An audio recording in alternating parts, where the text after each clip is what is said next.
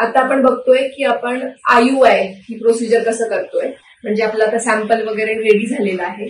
Sample ही आपण ह्या अशा कॅथेटरमध्ये घेऊन आलेलो आहे. ही 1 ml ची सिरिंज आहे आणि त्याला हे अशा प्रकारचं हे जे सॉफ्ट कॅथेटर आहे ते सॉफ्ट कॅथेटर आपण अटॅच केले आहे आणि हे कॅथेटर आपण आता पेशंटच्या वजायना थ्रू युट्रसमध्ये टाकणार आहे.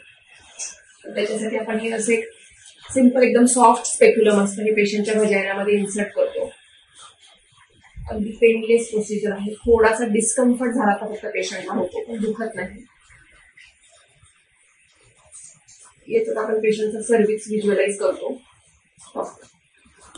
हेडुलम आपला वजायनामध्ये इन्सर्ट करून झालाय. कधी कधी जर वजायनामध्ये काही थोडा डिस्चार्ज वगैरे सिक्रेशन्स असतील तर आपण हे असं ते सिक्रेशन्स क्लीन करून घेतो.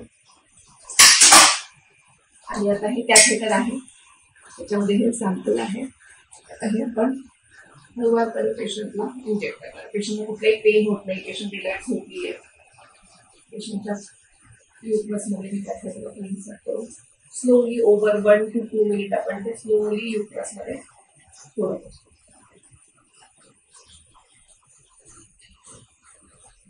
ते करून झालंय. आता पेशंटला आपण थोड्या वेळ थोडं हेड लो पोझिशन देऊन 5 ते 10 मिनिटं आराम करायला सांगतो. कॅथेटर काढून देतो.